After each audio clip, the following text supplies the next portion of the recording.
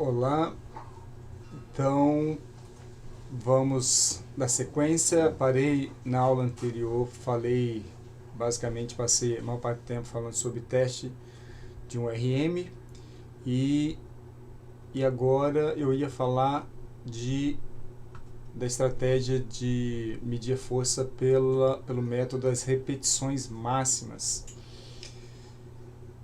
E aí eu optei por dividir o vídeo porque acho que vale a pena a gente começar isso aqui descansado. Então se você assistiu outro vídeo, seria legal dar um descanso antes de emendar nesse, para pegar isso aqui um pouco mais descansado. Vamos lá, método das repetições máximas. Então o teste de um RM, já falamos, depois também vou fazer algum confronto aqui. Como que se faz um teste de repetições máximas? A gente chama de repetições máximas você fazer um conjunto de repetições, né, várias repetições, até chegar ao seu máximo, até a falha, a fadiga, a gente chama de falha concêntrica momentânea, ou fadiga momentânea, ou só falha, ou só exaustão, são vários termos para a mesma coisa.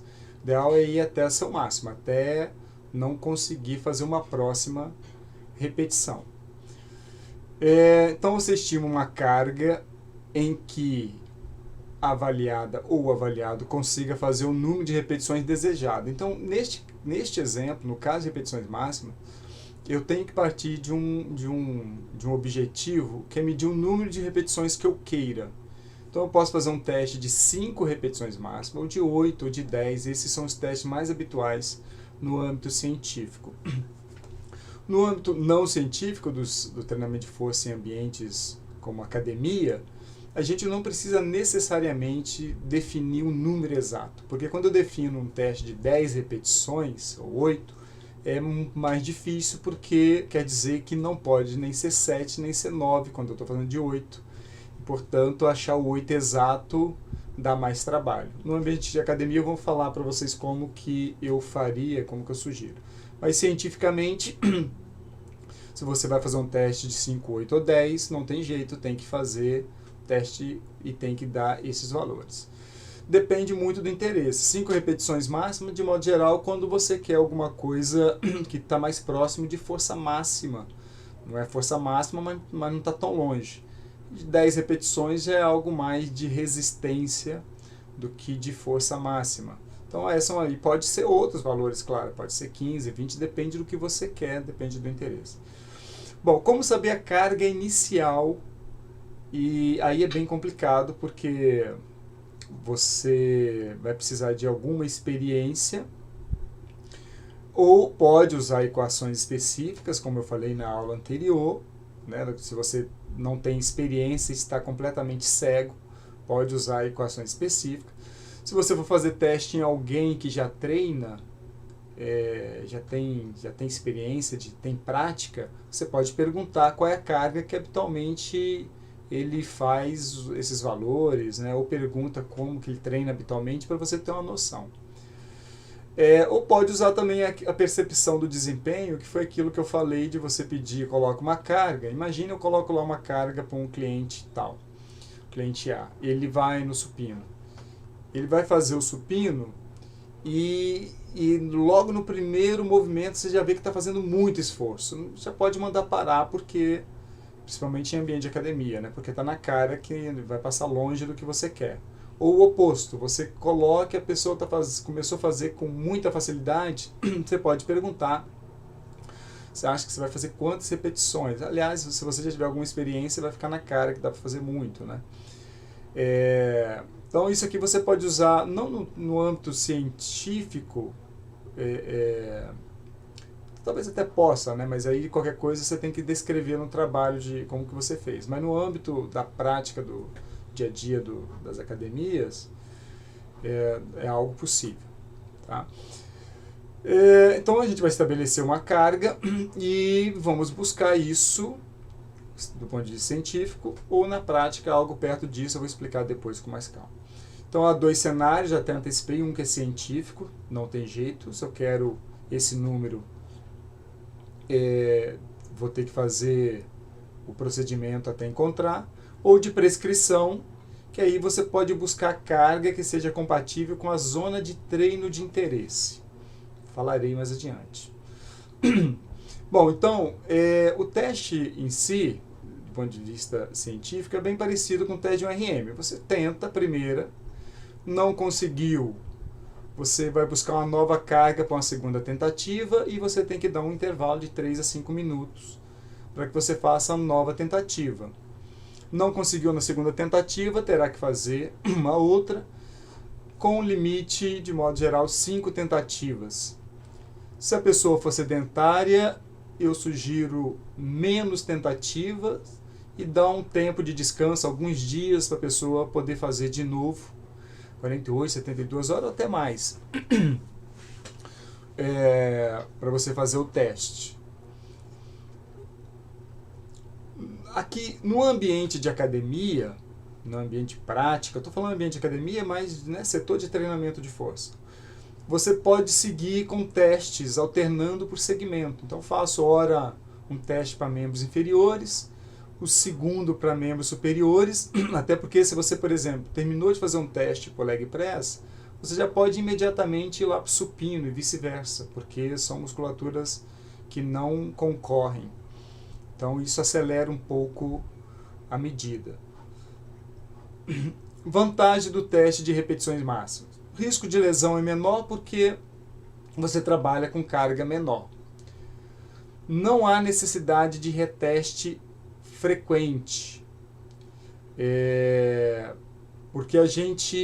Porque a coisa funciona mais ou menos assim. Quando eu faço um teste de 10 repetições máximas e o meu interesse é prescrever um treinamento em que a pessoa vai fazer 10 repetições máximas, então eu não preciso ficar testando de novo, porque a partir do momento que eu encontro qual é a carga para fazer 10 repetições máximas, depois é só eu ir fazendo pequenos ajustes da carga para a pessoa ficar sempre com 10 repetições máximas. Então não preciso ficar testando toda hora. Eu vou dar um exemplo disso mais adiante no ambiente da prática. Já tem sido bem aceito no âmbito científico, então há vários trabalhos que fazem teste como neste protocolo que eu peguei de um artigo qualquer, que mostra que a pessoa fez um teste de 10 repetições máximas, por exemplo. Nesse aqui ele fez os dois testes, ele fez de repetições máximas, 10 repetições máximas para cada exercício, e também fez um para um RM, porque o interesse do artigo era saber a força máxima e saber resistência de força, que eu acho que já vale a pena chamar atenção para uma coisa. Teste de um RM é para ver força máxima. Teste de repetições máximas não é para ver a força máxima, é para ver resistência de força. Então, quando eu faço um teste de 10 repetições máximas, eu não posso associar isso não posso dizer que essa pessoa que teve, por exemplo, o melhor desempenho aqui, terá exatamente a maior força máxima de um grupo de pessoas. São coisas que estão associadas, mas que não são iguais.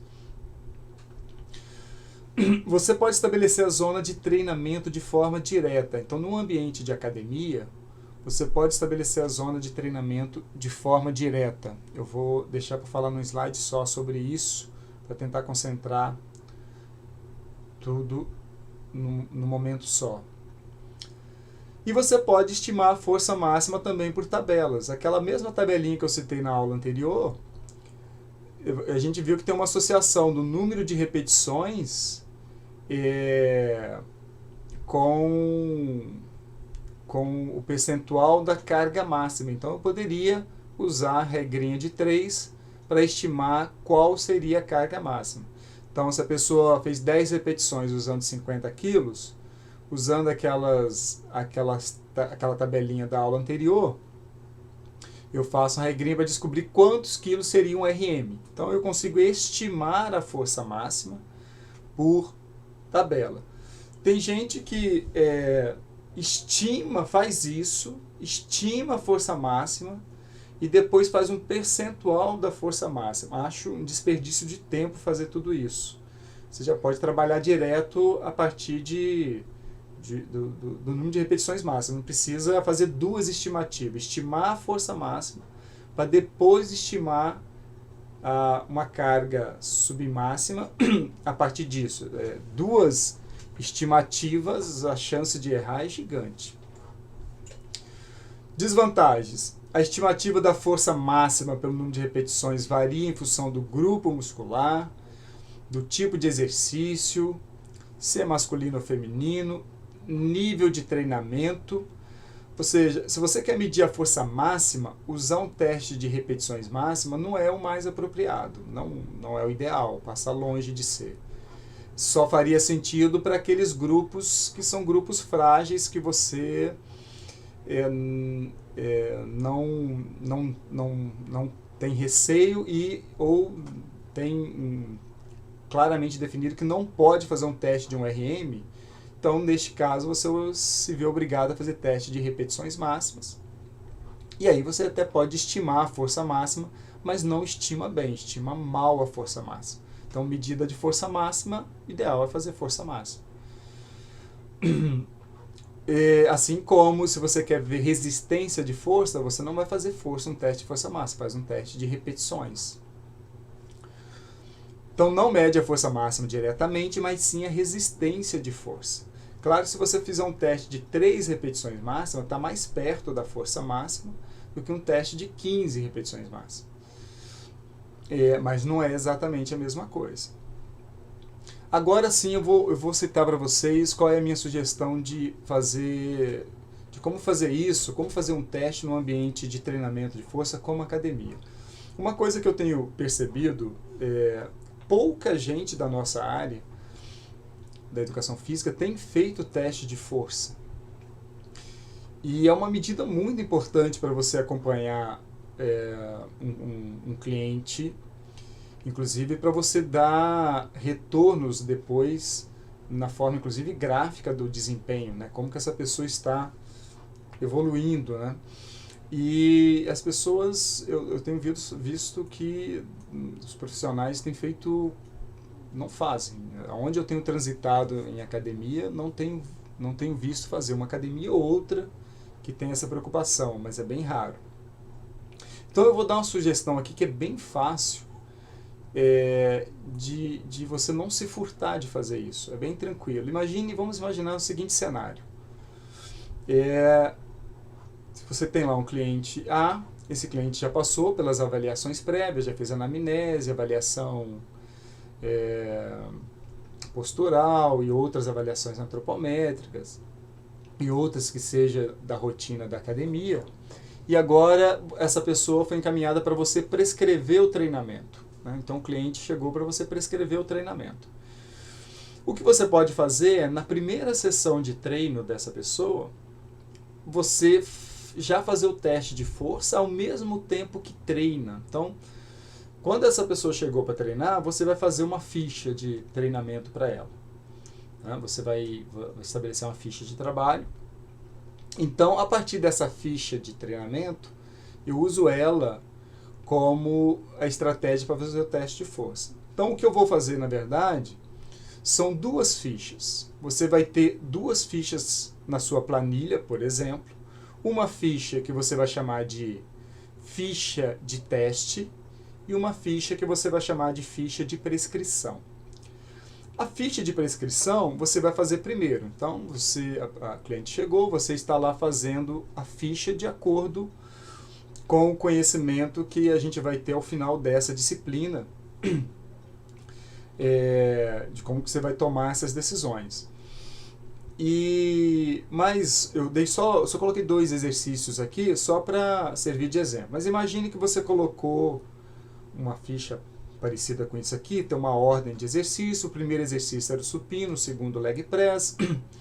Você não pense na carga por enquanto, mas você estabeleceu que vai treinar 20 a 30 repetições máximas, entre 20 e 30.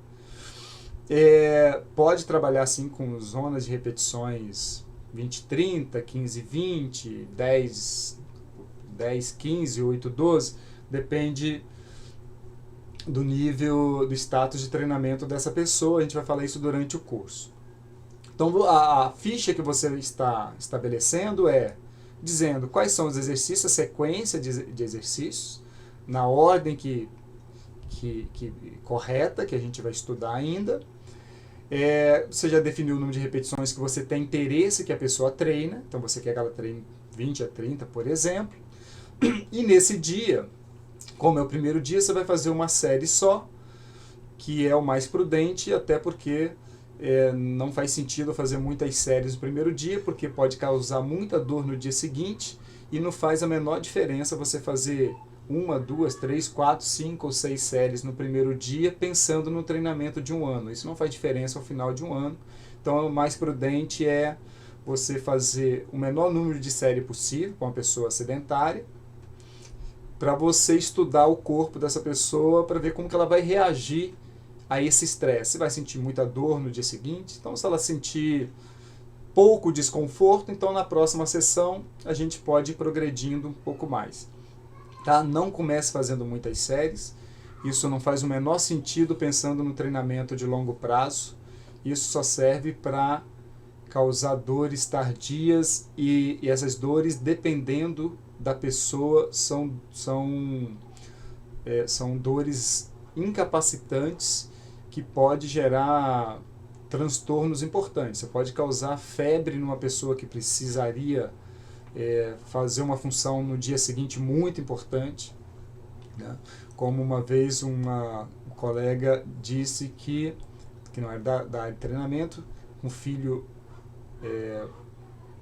poucos meses de nascimento, foi para a academia, nos dias seguintes sentiu tantas dores que não conseguia segurar um bebê de colo para amamentar. Então, muita prudência com isso, porque não faz sentido fazer muitas séries. Então, no primeiro dia, imaginando a pessoa sedentária, você vai começar com o mínimo para ir conhecendo o corpo dessa pessoa.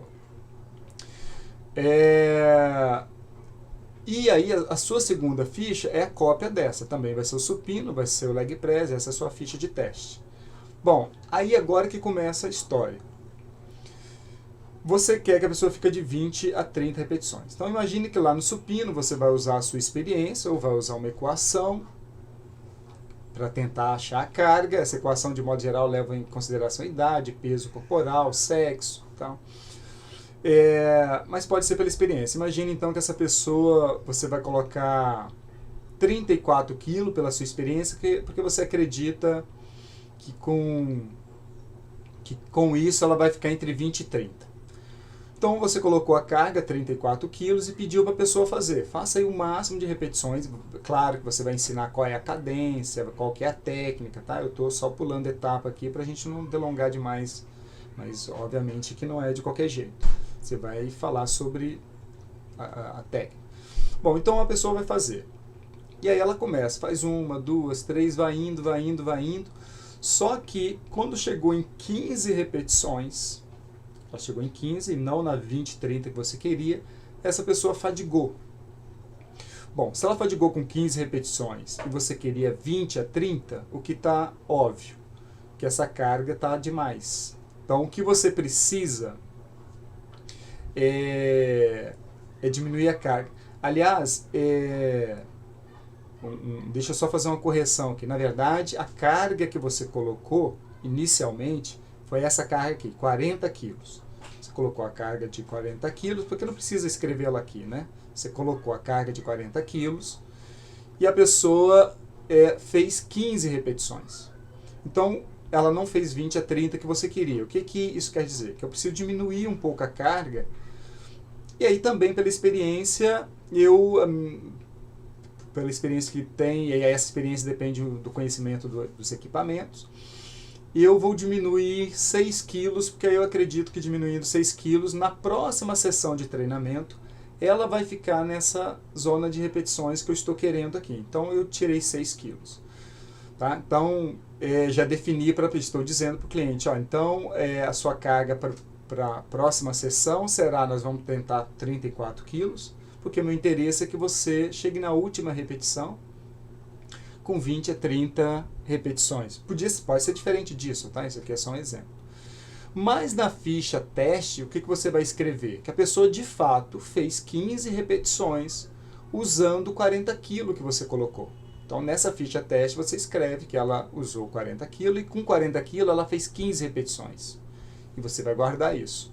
Aí vamos para o leg press. No leg press você colocou 100 kg, pediu para a pessoa fazer o máximo possível, e ela agora fez 32 repetições.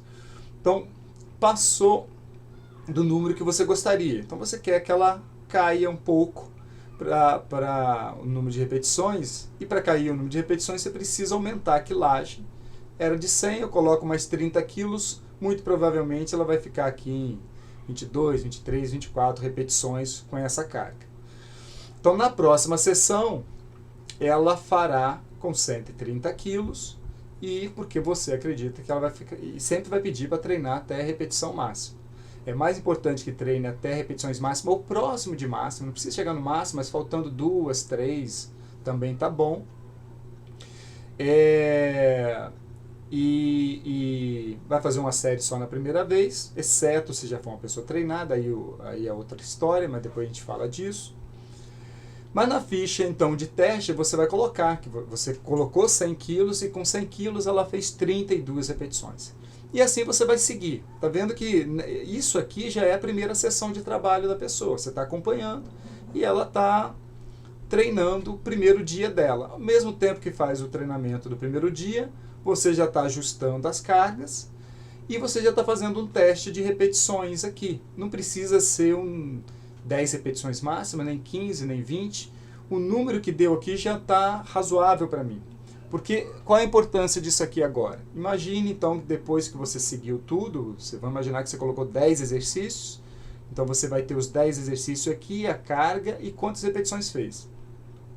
Você guarda essa ficha, daqui aproximadamente 2 ou 3 meses, a depender do interesse, você vai retestar isso aqui. Como que vai ser isso? Você vai pegar essa ficha de novo e agora com ou uma segunda ficha ou com espaço aqui para você registrar do lado, você vai colocar novamente o 40 quilos que ela fez lá no início e vai pedir, olha, faça o máximo de repetições possíveis. O que vai acontecer? Se o treinamento foi bem conduzido, tudo deu certo, ela vai fazer muito mais que 15 repetições. Vamos supor que ela faça agora 30. Então, se ela fizer 30, a gente tem aqui claramente que ela teve um ganho de resistência de força de 100%.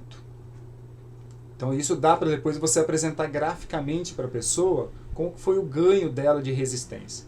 Vamos imaginar o leg press. Com 100, ela agora faça 40, 50, enfim. Então, você também tem uma noção de ganho. Então, essa aqui é uma estratégia, não é exatamente a estratégia a melhor possível, mas é uma estratégia suficiente para você não ter que se negar a fazer um teste de força. Porque você veja como que é muito fácil. Na primeira sessão de treino, você já vai fazendo junto, não dá trabalho nenhum. É só ter uma segunda ficha, não tem desculpa, é muito tranquilo.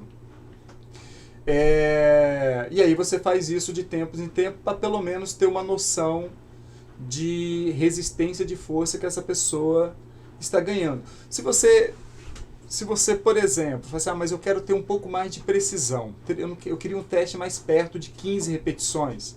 Então você pode, na próxima sessão, como você viu que a carga de 100, ela fez 32 quilos, você faz o teste de novo, agora colocando bem mais carga, por exemplo, 150, 160, para ver se ela fica mais perto disso. Então, se você quiser, na segunda sessão, dar uma retestada na ficha, também pode, não tem problema nenhum, e também não dá grandes trabalhos.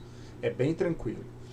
Então, essa é uma estratégia no dia a dia das práticas, de você não se furtar de fazer uma ficha de teste. Essa ficha de teste, depois, ela é importante para você apresentar um retorno de tempos em tempos para o cliente, de como está sendo a evolução do ganho, e não só para o cliente, mas para você compreender como está sendo essa magnitude, o quanto que ela vai ganhar nos primeiros meses, depois se ela vai estagnar, se mais para frente ela vai perder.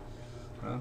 E o outro detalhe, voltando agora para a ficha de prescrição. Por que a prescrição pelas repetições máximas é bem interessante. Imagine que você então estabeleceu que na primeira semana ela vai trabalhar com 34 quilos e você quer que ela fique entre 20 e 30 repetições.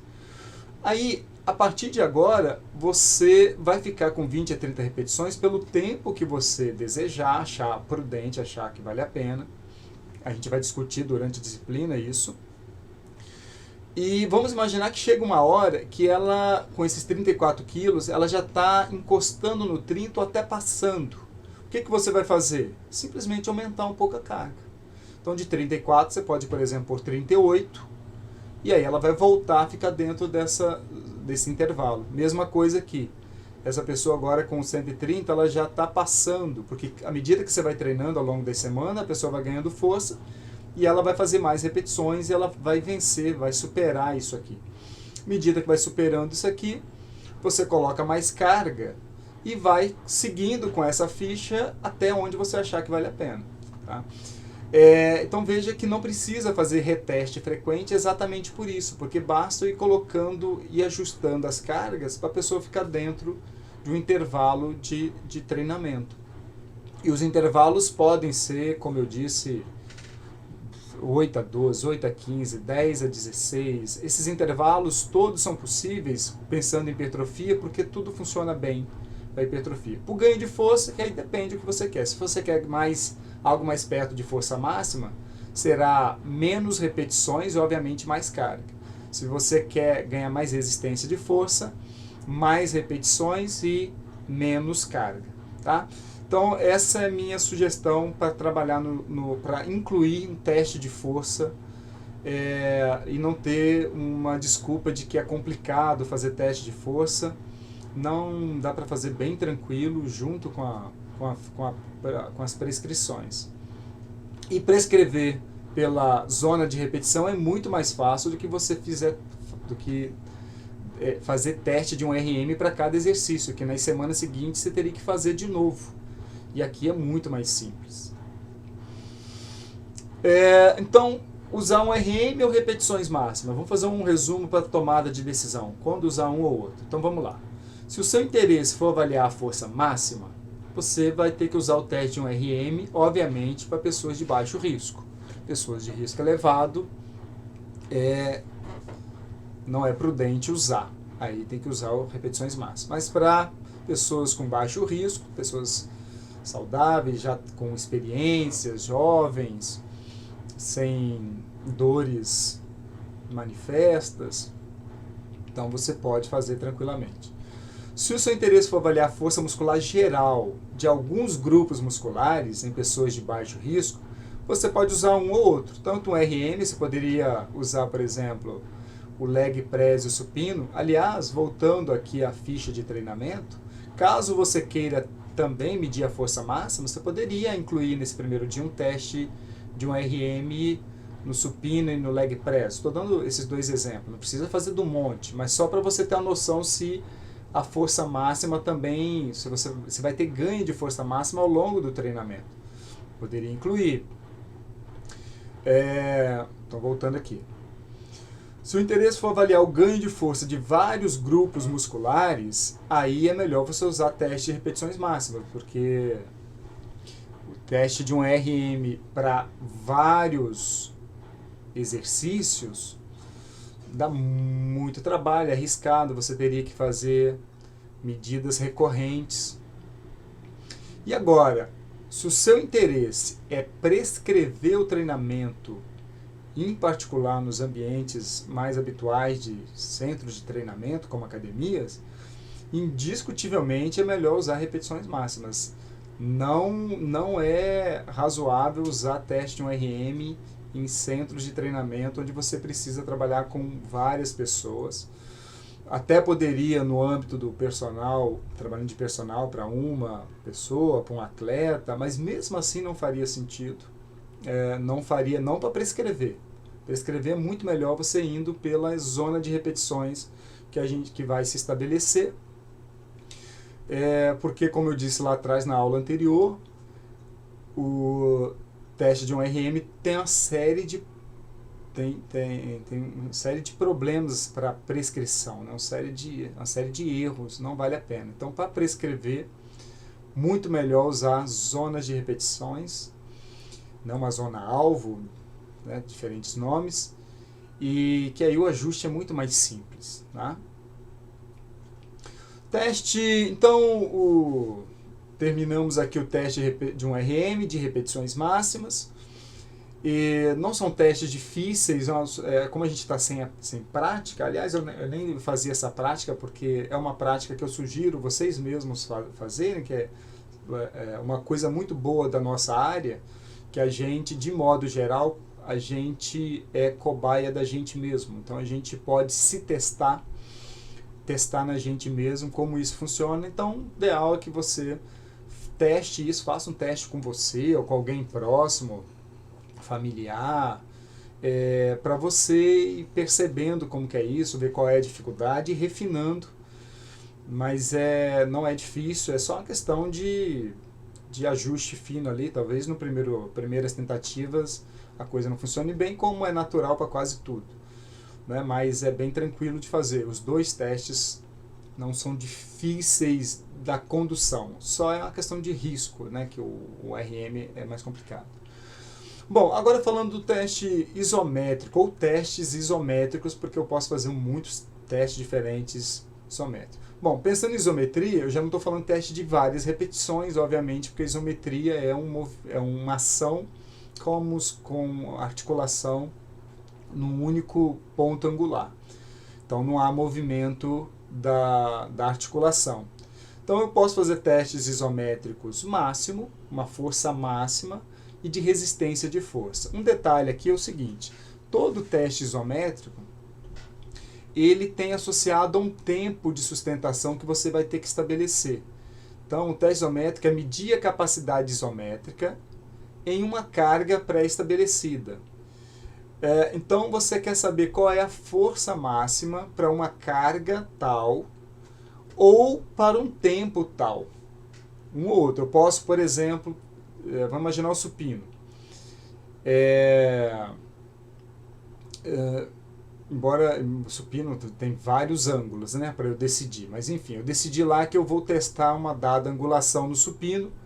Eu posso fazer um teste isométrico a partir de uma carga do tipo, eu quero saber quanto tempo você sustenta essa carga, né, então deixa a pessoa sustentando e vou registrar quanto tempo ela conseguiu sustentar aquela carga. Ou eu posso fazer o oposto, dizer algo como: eu quero descobrir qual é a carga que você consegue sustentar por 5 segundos. Então eu vou ter que fazer o teste isométrico para ir buscando carga para ver em 5 segundos. Depois de 5 segundos ela vai fadigar, não vai aguentar mais. Então esse segundo caso, claro, é um pouco mais complicado, mas isso vai depender do seu interesse. No âmbito científico, quando se usa, eu não sei se eu acho que você está aqui embaixo, não citei ainda, mas eu acho que na frente eu vou citar. No âmbito científico, quando você tem um dinamômetro isocinético, a história é bem mais tranquila. Eu posso definir lá que quero que a pessoa faça força máxima parada, isometria por 1 segundo, 2 segundos, 3, 5, é mais tranquilo. Mas o que eu estou querendo dizer é que para fazer um teste isométrico, das duas uma, ou você estabelece uma carga e pede para a pessoa fazer o máximo possível, ou você estabelece um tempo e vai descobrir qual é a carga que a pessoa sustenta por aquele tempo. E depois de um tempo de treinamento, você repete o teste para ver o quanto a pessoa ganhou.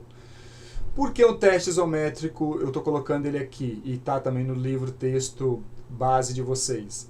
Porque ele tem uma forte associação com a força máxima. Então é uma estratégia de fazer um teste sem necessariamente ter que fazer força máxima, ou não precisa fazer pelo menos a força máxima dinâmica, né, com movimento. Limitações: essa medida estática, ou seja, você usar uma medida que é estática às vezes para um desportista cujo desporto é sempre dinâmico. Então, uma medida estática para avaliar desempenho de alguém que faz ações dinâmicas é uma limitação. Outra limitação importante é que mede força num ângulo específico, e nos ângulos extremos não vai medir com a mesma competência. Tá? Então, são limitações. Aproveitando uma pergunta da aula anterior, síncrona, que foi sobre esse exercício aqui, então só aproveitando essa mesma imagem que eu mostrei naquela aula,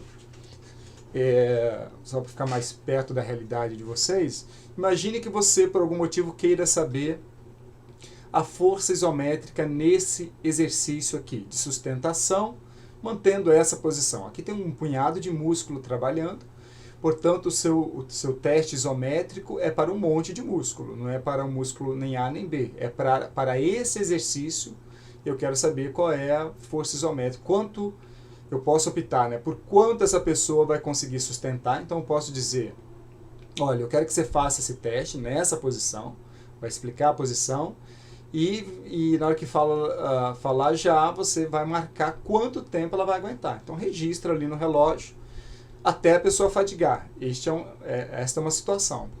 A outra situação diferente, então essa situação é a primeira que eu estou contando aqui. Pode-se obter o tempo de sustentação antes de um treinamento e após um treinamento, né, para saber o quanto essa pessoa ganhou, e com o peso corporal, como está aqui, ou também usando uma carga externa, uma carga extra. Essa carga extra você vai estabelecer, pode ser com 30% do peso, 40%, 20%. Dado a circunstância do exercício, a grande dificuldade aqui é onde posicionar o peso. O ideal seria numa região mais alinhada ao centro de gravidade. Então, o ideal seria um lastro de força, tipo um colete, que reparte o peso para trás e para frente de forma equilibrada, né? Porque se colocar aqui muda toda a história, colocar só atrás muda completamente, né? Isso é o ideal, fazer laço, uma coisa que a gente chama de lastro de força. Isso existe, só não é comum em espaço de treinamento. Bom, você pode então fazer de outro jeito. Você sabe que essa pessoa ela consegue ficar aqui muito tempo, às vezes 2 minutos. Então você pode fazer um teste diferente do tipo, eu quero ver em 10 segundos qual é a carga que você aguenta para ficar 10 segundos. E aí você vai ter que, usando esses lastros de força, fazer alguns testes para descobrir qual é a carga que essa pessoa sustenta por 10 segundos, ou 5, ou 8, enfim, você que decide. Depois de um tempo de treinamento, testa novamente para ver o quanto a pessoa ganhou, ou no tempo de sustentação, ou na quilagem, quando você estabelece o tempo. Tá? Então, é uma possibilidade.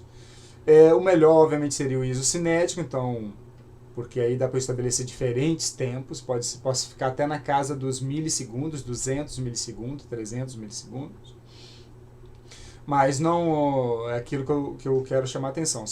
Nós temos 2 cenários, um cenário científico e um cenário que também dá para ser no âmbito científico, mas que você pode usar no dia a dia como uma estratégia para te auxiliar no acompanhamento de um cliente, uma cliente. Há também teste de campo. O próprio teste isométrico que eu falei ali pode ser um teste de campo, como aquele exemplo que eu dei, mas teste de campo são esses testes que a gente faz no ambiente de treinamento, ou às vezes em ambientes até como, por exemplo, a casa de alguém, praia, enfim. Número de abdominais, por exemplo, é um teste possível. Flexão e extensão dos cotovelos com apoio no solo, que é isso aqui, né? Um jeito mais complicado de falar o apoio. Flexão e extensão dos cotovelos com apoio em banco ou cadeira, como esse caso. Então, em períodos de pandemia, como nós estamos, eu sempre esqueço de falar a data, estou gravando 6 de outubro de 2020, estamos ainda em pandemia Covid-19, começou em março. Eu estou em quarentena desde lá severa. Então, num ambiente, em momentos como agora, que a gente precisa treinar em casa, há várias estratégias. Eu posso usar estratégias do ambiente doméstico para fazer medidas, como este caso aqui, este caso, abdominais, que eu não coloquei aqui, mas número de abdominais. Barra, né, que é inclusive um exemplo de teste que é usado normalmente em concurso militar, que é exatamente isometria. Nesses testes que eu acabei de falar, pode-se avaliar o número máximo de repetições, ou seja, eu posso pedir para a pessoa, faça o máximo possível, sustente o máximo possível. E aí eu estou interessado então em resistência, quanto essa pessoa resiste. Ou eu posso estabelecer um tempo, por exemplo, 1 minuto, e dizer para a pessoa, faça o máximo de repetições em 1 minuto. E aí eu estou interessado numa coisa que eu costumo chamar de resistência de potência, ou seja, na medida que eu estou buscando uma taxa de produção de força, já que é uma produção de força em relação a um tempo, mas não é só nesse caso não é só uma taxa, mas é também uma capacidade de resistir a esse trabalho, né? Há gente que começa fazendo rapidinho e depois de poucos segundos cansa, então ela resiste pouco esse trabalho de potência, e há aquelas pessoas que fazem rápido e sustentam isso por bastante tempo. Então mostra que um trabalho de potência, ela resiste a um trabalho de potência. Eu chamo de resistência de potência, embora não é um termo que eu tenha encontrado em qualquer outro lugar, mas que faz sentido, porque potência é uma coisa. Resistir ao trabalho de potência, por exemplo, uma coisa é você dar um salto. Imagina você comparando você com outra pessoa, vocês vão dar um salto e ver quem teve maior potência. A outra coisa diferente é vocês darem 10 saltos seguidos. Quem vai conseguir ao final do 10º salto, ou acúmulo de saltos, somatório de alturas, quem conseguiu o valor maior? Aí eu já estou entrando no mundo que eu estou chamando aqui de resistir ao trabalho de potência, resistência de potência. Embora existam algumas tabelas de referência, valores de normalidade para alguns testes, o recomendável é que você use apenas para comparar a mesma pessoa, antes versus depois. Quando você usa esses testes de campos que eu citei, o ideal é comparar a pessoa com ela mesma, né, no momento A e depois de um tempo. Existem tabelas como essas, mas essas tabelas tem que tomar cuidado, que às vezes foi feito com amostra muito diferente, então comparar você tem que ter cuidado. E também a forma como foi feito, o ideal, você só pode comparar se você der uma boa leitura no artigo que produziu isso, para saber se bate com o perfil da pessoa que você está medindo, né? Isso aqui é abdominal. Isso aqui é uma outra tabelinha da mesma coisa, de abdômen, exercício abdominal, número de abdominais para diferentes idades, faixas etárias, também está no livro que eu já citei, acho que na aula anterior, sexo masculino e feminino, e qual é a competência. Tendo 50 aqui como uma noção de média, então a pessoa com 20 a 29 anos do sexo feminino que conseguiu fazer 27 antes de fadigar, ela estaria na média. Quem estiver acima está acima da média e abaixo da média. Então há valores de referência sim, mas tomando esse cuidado que eu falei, você tem que saber exatamente qual era esse perfil. Eram sedentários, eram pessoas treinadas, onde que foi feito, como que foi o movimento, tá? E aí a gente tem a dinamometria, instrumento que medem a força produzida por determinados grupos musculares. E existem diferentes dinamômetros, como por exemplo o manual, dorsal e o isocinético, que é mais sofisticado. Eu estou chamando, o que eu chamo de IP aqui é indicado para, de vez em quando eu vou colocar essa sigla. Esses testes, né, esses instrumentos e a medida que eu obtenho neles tem boa correlação com a força máxima, principalmente em pessoas não treinadas. Então, é um teste muito rápido, muito simples. Ele, obviamente, passa longe de ser o melhor teste para força máxima. Se você quer medir força máxima, ideal teste força máxima. Mas, às vezes, imagine o seguinte cenário. Você está trabalhando, você vai fazer uma pesquisa com 1.000, 2.000, 3.000 pessoas. Fazer teste máximo em todo mundo não dá. e você pode optar então por algo que tenha uma boa associação com a força máxima e seja mais fácil, como é o caso dos dinamômetros manuais e dorsais, que são inclusive mais baratos. Exemplo, né, aqui força dos extensores, isso aqui é um dinamômetro que dá para medir força dos extensores lombar e quadril, vários músculos, mais ou menos como isso aqui, ó. Ele está fazendo, tem alguns que tem deslocamento, outros são isométricos, e o que movimenta é isso aqui, ó. Isso aqui esse ponteiro está dizendo quanto de força a pessoa fez. E claro, vai ficar o registro aqui para você saber.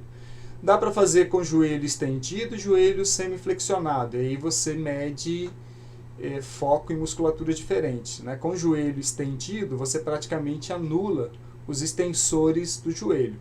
E sobra toda a cadeia posterior.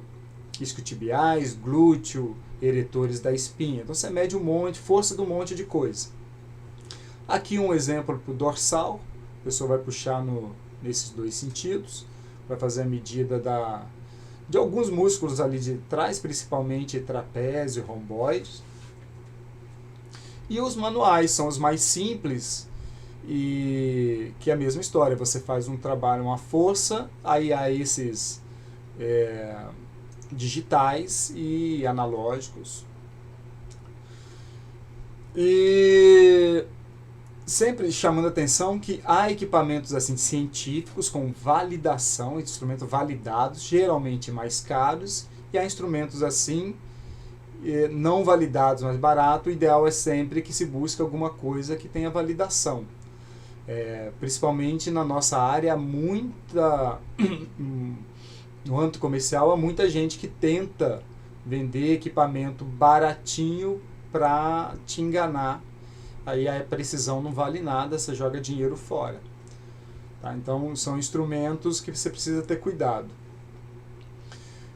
Tem um outro que eu encontrei num artigo um tempo atrás, bem interessante, que é esse aqui. Ó. Você força contra essa região e ele dá o valor aqui. É um instrumento que eu vi num trabalho científico.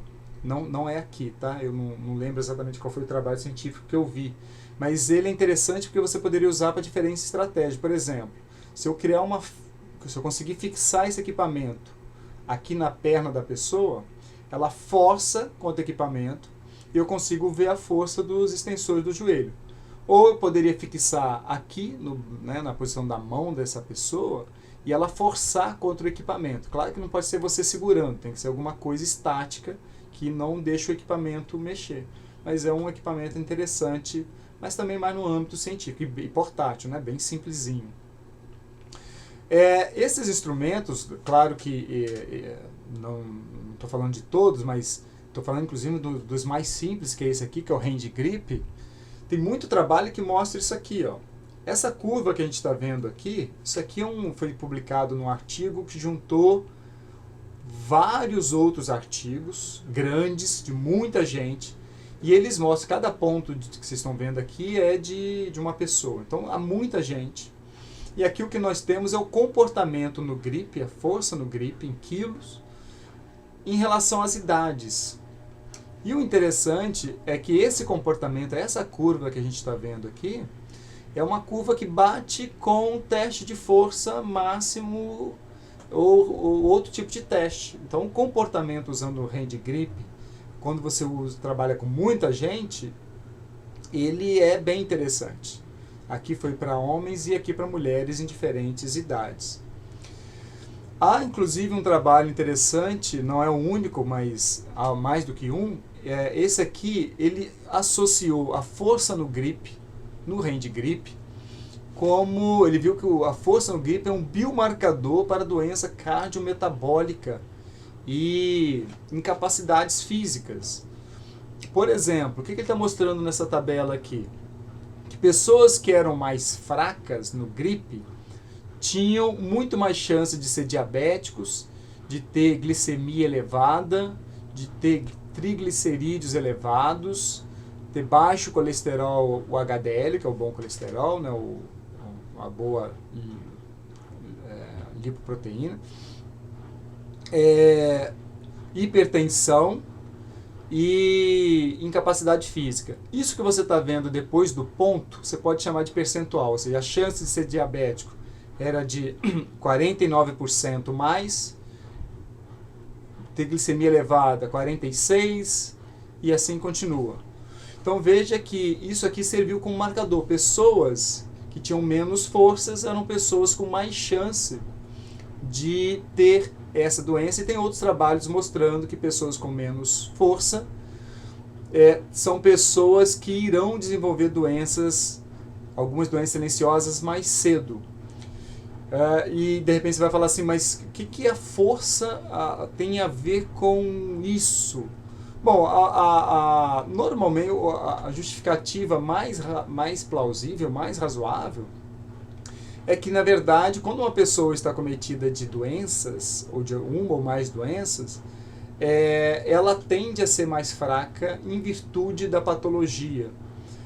Ou pode ser um quadro geral de inatividade física crônica, essa pessoa não faz atividade física nenhuma, ela é sedentária. Não é exatamente pela força, mas a força como marcador. Talvez porque a pessoa com mais força é uma pessoa fisicamente mais ativa, é bem provável. Ou esse valor pode ser porque a pessoa já está com alguma incapacidade fisiológica, por exemplo. E temos o dinamômetro isocinético, e o dinamômetro isocinético, que é padrão ouro para a medida da força máxima. Eu tenho uma aula específica sobre ele. Não é só sobre ele naquela aula, mas que fala bastante dele, que vocês podem acessar nesse QR Code aqui, como eu já ensinei também na aula anterior. Só baixar um aplicativo leitor. Quem estiver assistindo o vídeo pelo smartphone, é só fazer um print da tela, que depois o leitor ele busca isso no seu banco de imagens e você vai achar o vídeo. Mas também você pode ir lá no canal, se quiser, ir procurar o vídeo de treinamento de força, o terceiro, que vai estar lá, o isocinético. Claro que vocês vão me falar assim, mas por que você não bota aquele card aqui? Eu vou tentar lembrar, eu estou colocando isso aqui porque a chance de eu esquecer de colocar o card é enorme, é quase de 100%. Muito útil para avaliar desequilíbrio muscular, já falei de tudo isso, e para reabilitação muscular, padrão ouro para medida da força muscular. Então tá tudo nesse vídeo aqui, né? Não vou repetir, porque quem está acompanhando a disciplina ficaria exaustivo. E eu coloquei, quem fez o print ali atrás, esse print aqui vai ficar maior, né? Talvez fique mais claro, eu deixei aqui só porque pode ficar mais claro, vou tirar o ponteiro. O que eu estou usando no meu smartphone é um chamado código QR, bem levinho, fácil de usar. Pode baixar, quem for acompanhando a disciplina, de vez em quando eu vou, de repente, apresentar coisa assim, e aí vai ficar uma prática fácil para você. Isso aqui falando um pouco dele, de como que ele é importante para avaliar desequilíbrio muscular, mas eu já falei no vídeo lá, tá? E temos também, por último, para acabar a aula de agora, testes específicos para potência. Em máquinas de força dessas em academia, não dá para fazer teste de potência, porque, vou dar um exemplo, imagina a extensora. Como a extensora ela tem uma limitação mecânica lá no final, a máquina vai parar, ela vai fixar, ninguém vai fazer o trabalho máximo ali, né? Nem porque, tanto pela prudência, não dá para pedir para a pessoa dar o máximo e chegar lá no final ter algo que bloqueie, e também porque psicologicamente você não vai conseguir fazer seu máximo ali, porque você sabe que tem uma limitação. Então, o ideal em academia, há estratégias, há uma estratégia como, por exemplo, uma máquina específica no supino, em que eu lanço no supino, eu lanço o peso e o equipamento segura esse peso. Então o peso só sobe e fica paradinho lá em cima. Mas aí é um equipamento específico, desenhado com uma engenharia, usado mais em trabalho científico, né? Para usar no dia a dia é complicado. Usa-se uma estratégia para membros inferiores, plataforma de força. Há dois tipos de plataforma de força. Uma mais simples, como essa que eu estou mostrando, que ela mede o tempo de voo. Então, pelo tempo de voo, aí usa uma equação da física, porque como a gravidade não muda, pelo tempo de voo, usando o seu peso, sabendo o peso da pessoa e o valor da gravidade que não muda, pelo tempo, você consegue calcular qual foi você consegue fazer uma conversão de potência produzida neste movimento. Há uma plataforma mais sofisticada que ela mede inclusive como que foi a produção de força do seu pé aqui, se o seu pé teve mais força atrás, na frente, no lado. Então é um equipamento bem mais sofisticado e eu não consegui um desenho legal para colocar aqui, mas existe. Então, salto vertical e horizontal, isso aqui é para um salto vertical, tem boa associação com potência muscular, principalmente de membros inferiores, então é bastante usada. Essa plataforma, inclusive, a gente tem no laboratório de desempenho lá do NUPEM e usado para trabalho científico. E você pode também desenhar alguns testes que você ache plausível. Por exemplo, eu poderia, no ambiente do futebol, medir a velocidade de uma bola após o chute. Claro que aí você precisa ter controle de vento, né? Tem que ser num ambiente que o vento não influencie, tem que ter alguma coisa para medir essa velocidade, mas quanto mais... Se eu dou um chute numa bola e essa bola se desloca mais rápido, é porque eu impus mais potência. Ou lançamento de medicine ball, lançamento de peso, usando o supino como exemplo que eu dei. Então, dá para desenhar outras estratégias também. Tem que avaliar a lógica e o sentido disso, mas é possível usar isso no ambiente da prática. Na próxima aula, não agora, eu vou citar algumas estratégias que medem não força, mas coisas associadas à força. Então, para medida de força e potência, isso que eu mostrei até agora, as estratégias são essas. E na próxima aula eu vou falar de coisas associadas, e a importância não é exatamente pela associação da força. A maior importância dessas coisas que eu vou falar é porque elas são importantes para outras medidas da nossa área. Então eu vou citar isso para vocês porque vale a pena. Tá? Então essa aula termina aqui, como habitual. Quem quiser o livro pode fazer de novo um print aqui do QR Code, ou se estiver assistindo no computador é só jogar, vai direto para o site, no site, na cara você faz o download do livro, pode fazer eu coloquei os dois aqui porque uma dessas versões aqui ela é gratuita por um tempo, então pode ser que ela deixe de valer, então como não tenho certeza, eu estou deixando os dois aqui. Mas por hora, até o momento, está funcionando os dois. E então é isso, essa aula termina aqui e na sequência a gente continua, teremos possivelmente mais 2 vídeos sobre essa parte ainda de medida da força ou coisas associadas à força.